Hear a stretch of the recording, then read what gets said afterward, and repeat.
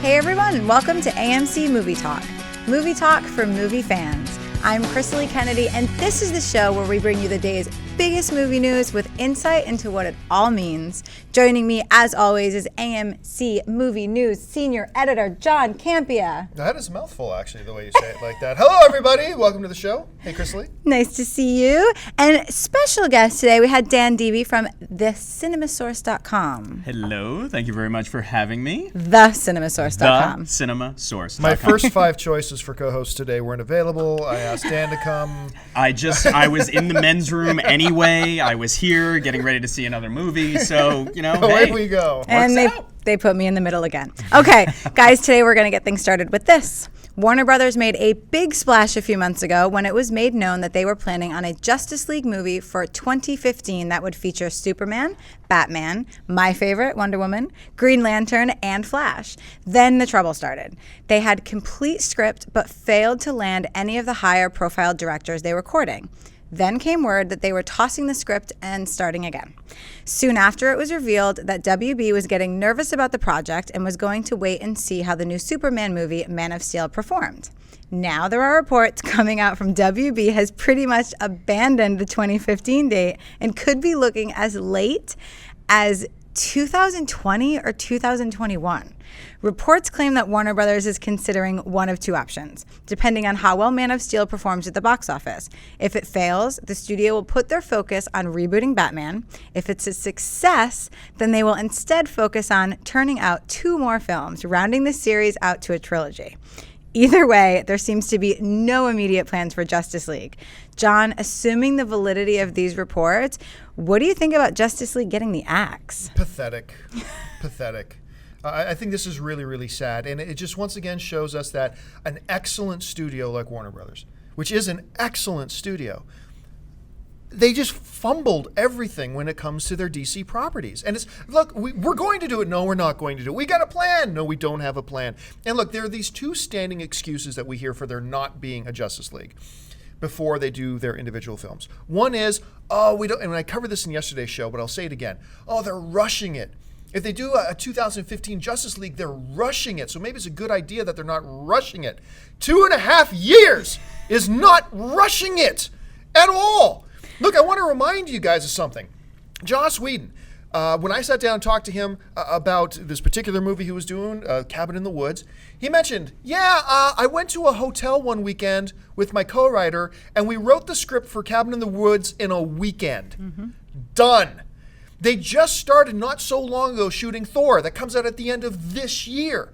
2.5 years is not rushing anything. And as John Schnepp pointed out, there's this other little film coming out in 2015 that they haven't started shooting yet called Star Wars Episode 7.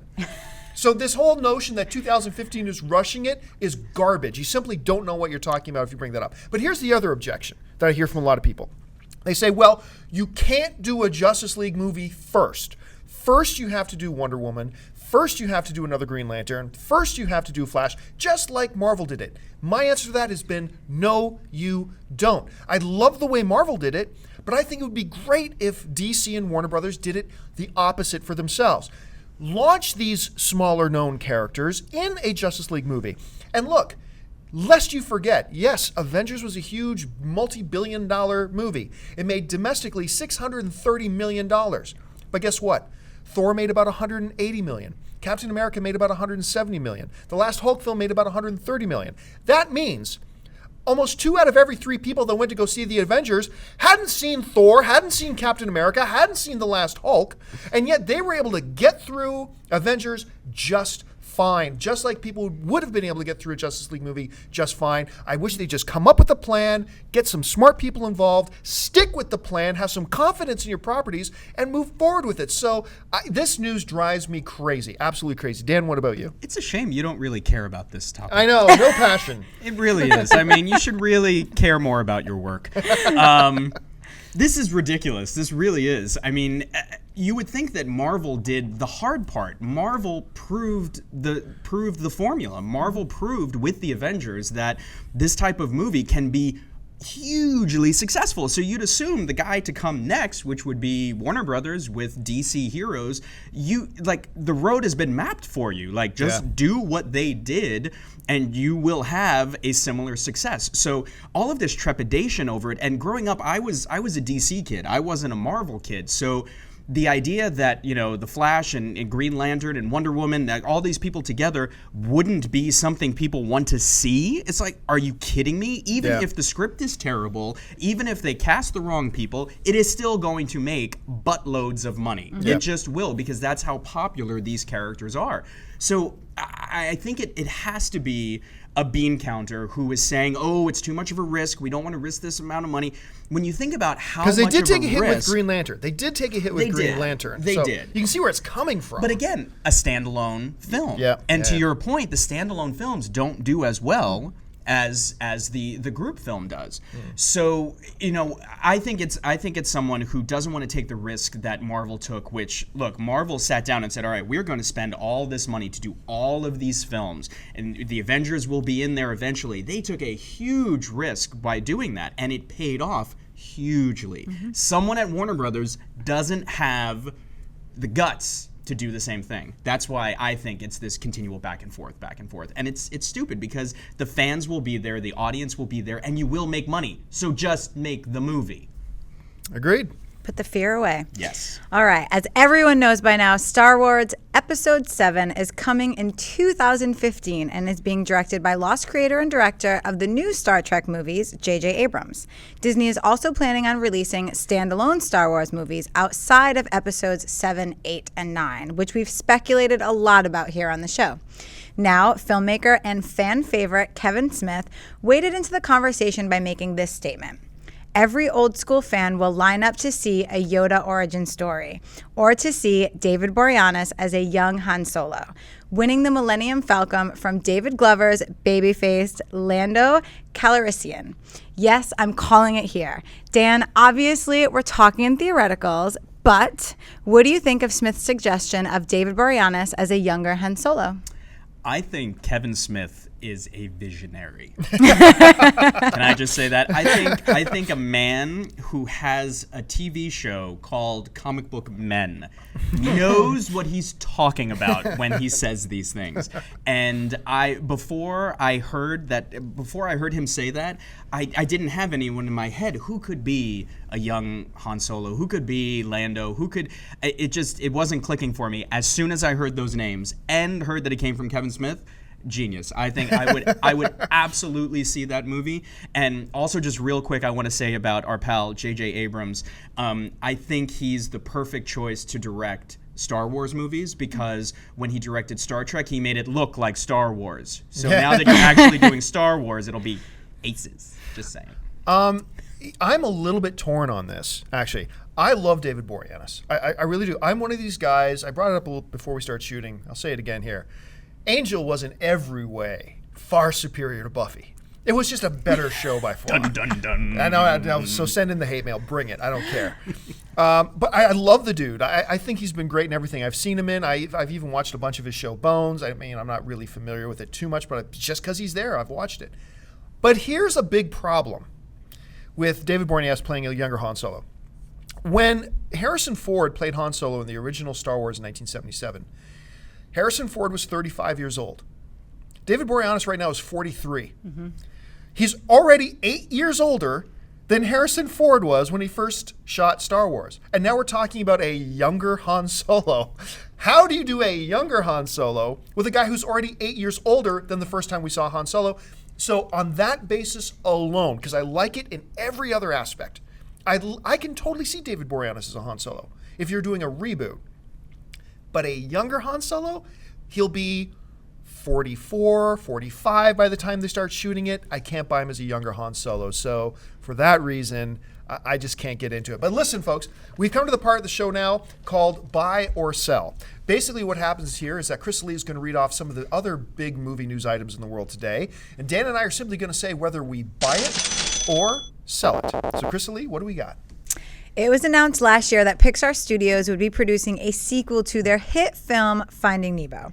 Yesterday came word that Albert Brooks is expected to return to voice Marlin.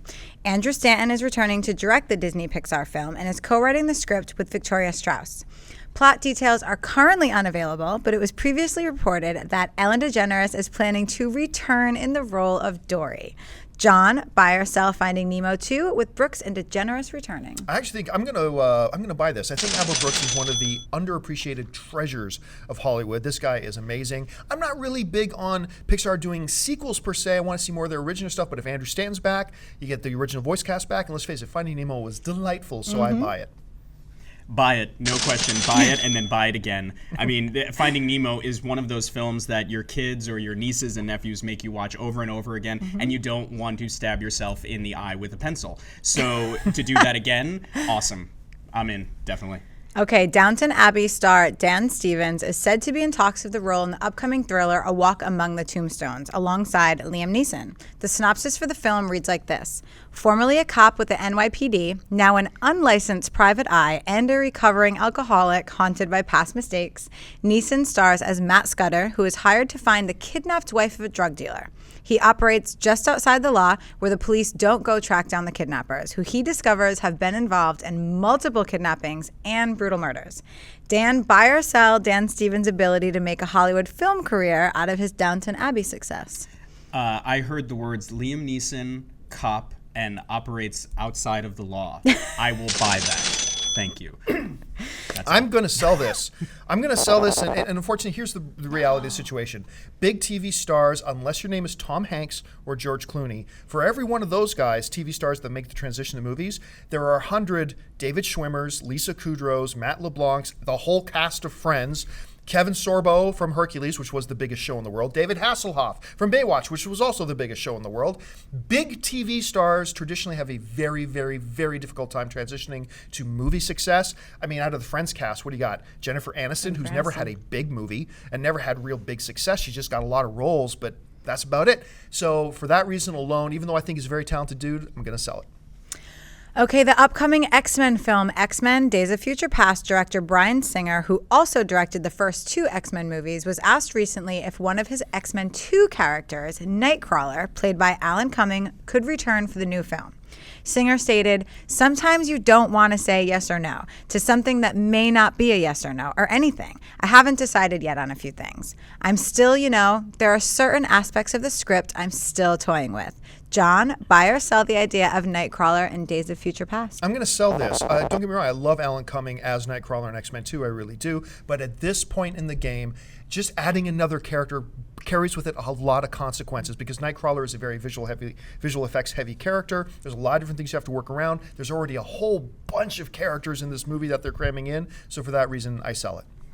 I buy it because the things that made X-Men 2 so much better than X-Men 3 were the director and a lot of the cast members. And I think bringing back Bryan as the director is going to return the heart and soul into the X-Men, as was proven with X-Men First Class. And Alan Cumming coming back on board, I think that's another really talented actor playing a really great character, directed by a fantastic guy. So I buy it.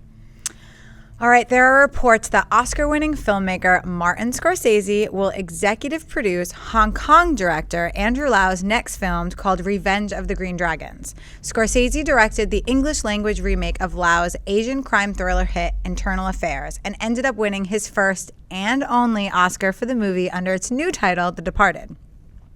The story of Revenge of the Green Dragons follows 2 immigrant Chinese siblings and their involvement within the New York-based Green Dragons gang and how that affects their relationship. Dan, buy or sell a collaboration between Scorsese and Lau? I'm going to sell. I know that's kind of crazy. The one thing I decide to sell is Martin Scorsese. But I just, when it comes to these remakes from foreign films, I found it hit or miss, and that's just a personal thing. Like Girl with the Dragon Tattoo, I was not a fan of. The Departed, obviously. Yeah, I know. Dun, dun, dun. Didn't like it at all. And The Departed I thought was great. I don't think it was the film he should have won his Oscar for, but that collaboration just doesn't do it for me. I'm sorry. The Departed was better than good or great. The Departed was a masterpiece, and he getting his Oscar for that is great. And the Infernal Affairs, the film it was based on, is my all-time favorite cop movie. And The Departed is just one of the greatest counter arguments to any, argument that, remakes are never good. Yeah, The Departed, so shut up. So basically, I'm going to buy this. I'm going to buy this hard. I think these two guys actually working together now is going to be brilliant. I love the sound of the story. So absolutely, I'm going to buy it. Now, that being said, it is time for our segment, our mailbag segment, brought back by your popular demand. Every day, we take one or two questions from the mailbag, which, by the way, you can write to us your questions at amcmovietalk@gmail.com. Once again, that's amcmovietalk@gmail.com. And every day, we pick a couple. So, Chris Lee's got a couple of your questions out. So, Chris Lee, what do we got? Ezekiel Jay writes in, "Hey guys, what's up?" Hi, Ezekiel. While watching your show, I realized that Hollywood, talking about all distributors, have been doing a lot of remakes, sequels, prequels, and spin-offs. Do you think this is a sign that Hollywood is running out of new ideas for films? Or do you think this is just some phase that they are going through? I've brought this up before. I'm going to keep harping on this every day if I can. First of all, Ezekiel, thank you so much for the question. I want to reach through my computer screen and grab people by the throat when I hear, Hollywood doesn't have any original ideas anymore. There's no creativity left in Hollywood. Really? Really? This year alone, there's going to be between 500 and 700 full-length feature films produced in this town. Over 200 of them are going to be wide-release, full nationwide theatrical, some of them smaller. Out of that number, maybe 5% are going to be sequels or reboots. Maybe 5%.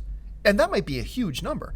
So look, the idea that there's no creativity left, there's so many sequels. No, there's not. There's probably actually a smaller percentage now of the overall number of films being produced that are sequels, reboots, whatever, than there were 10 years ago. Now, granted, there are more sequels and reboots now, but 10 years ago, there was also about half the amount of films being produced, maybe less. So, no, I completely reject this notion that there's no creativity left in Hollywood. They're all sequels and reboots. No, that's just think about it for a second. It's just not true. Dan, your perspective. Ezekiel, you and I, same page.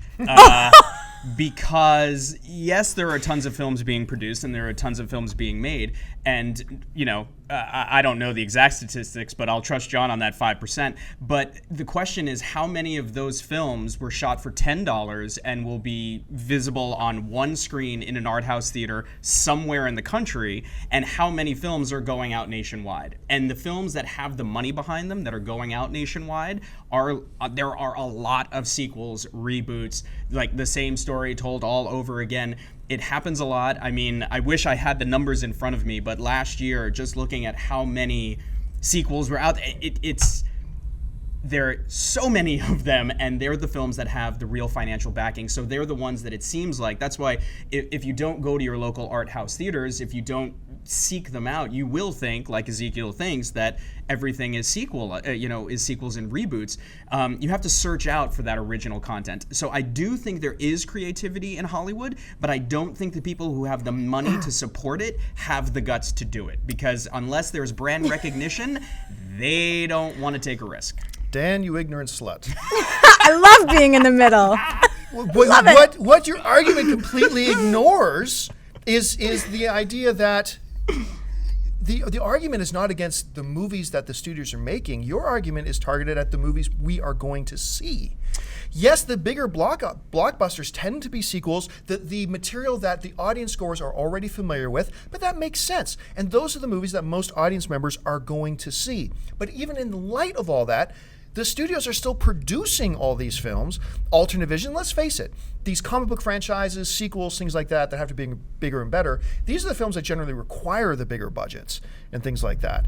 But I don't think just because, out of the top 10 movies, grossing movies of the year, 8 of them were sequels, well, that's a reflection of what we as audience members are choosing to go to see, as opposed to what, that studios aren't producing original content. Because like I said, 90 to 95% of the content being produced is original content. Okay, but if people are, quote unquote, choosing to see see them because it's the only option that's at their multiplex. They're not really choosing to see those films. They're looking at it and they're saying, okay, there are 10 screens, there are 8 sequels, and 2 other movies that are romantic comedies with some new name, so I'll go see that, because they don't go out of their way to find those art house theaters that have something new and original and different. And on your point about budgets, I would love to find a filmmaker who says, I don't need any more money. I can tell my story with just $100. Like, these big blockbusters need all of that money, because so much of it is just pure spectacle. That's what all that extra money is for. If you took a young, fresh filmmaker who had a great idea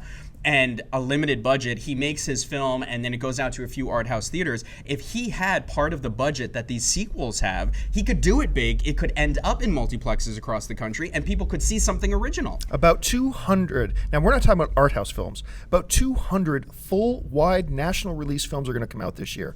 We are at a movie theater right now, the AMC Burbank 16, with 16 theaters.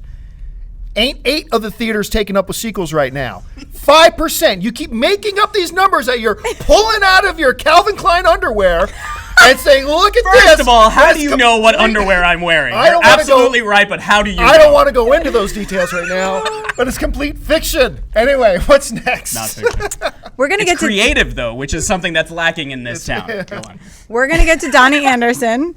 Donnie writes in, I'm a big fan of Sherlock Holmes and Robert Downey Jr. He's one of my favorite actors.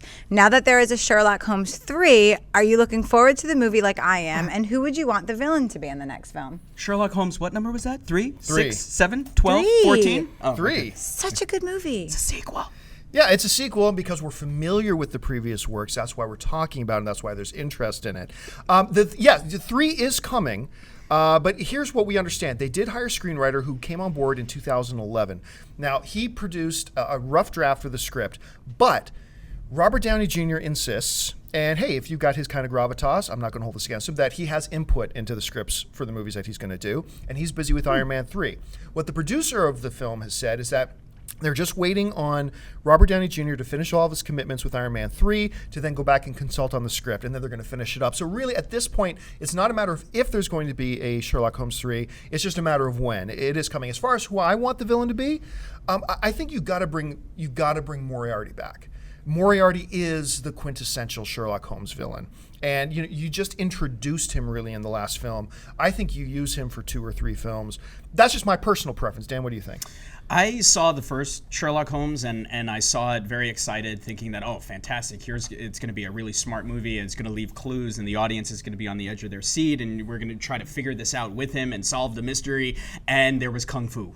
There was lots of kung fu, and there was lots of explosions, and that was all that movie was to me. So I did not enjoy it. I skipped the sequel, and whoever is in the third one, I say, God bless, you're going to make a lot of money, because it's another sequel. It's the third one. It's Robert Downey Jr., who I love, who I think is great. He's great in Iron Man, Avengers, all that stuff. I think he's fantastic. But yeah, it's just, that's not my cup of tea. It's just not for me. All right, folks, well, that will do it for us. We've run out of time. But listen, while I got you, before you do anything else, stop what you're doing and click that subscribe button. Become a subscriber to our AMC Movie News YouTube channel. It'll keep you up to date on everything going on in the world of movie news, our editorials, and of course, our daily AMC Movie Talk show. So just click that button. And listen, if you want an audio-only edition of this particular show, check in the description below, and you can find links to our iTunes and Stitcher Radio, so you can listen to us on your way to work or at work. Just don't let anybody else notice you. Listen, follow us on Twitter, twitter.com/AMC Theaters. Like us on Facebook at facebook.com/AMC Theaters. And once again, click that subscribe button. And what are you doing tonight? Go on out to a movie. Go on over to amctheaters.com for all your theater and showtime information and all of your movie ticket needs. I want to thank our host, as always, Miss Crystal Lee Kennedy. Thank you for having me. Our very special guest from thecinemassource.com, Mr. Dan Devey. Dan, thanks a lot. Thank you very much, sir. And thank you. Listen, guys, once again, the most important part of the show is not what we have to say up here. That's irrelevant. The important thing is, what do you have to say? Jump down into the comment section below and leave us your thoughts on any or all the topics we've discussed today. And don't forget, you can email us your questions at amcmovietalk@gmail.com. Thanks again for joining us. My name is John Campion. Until tomorrow, bye-bye.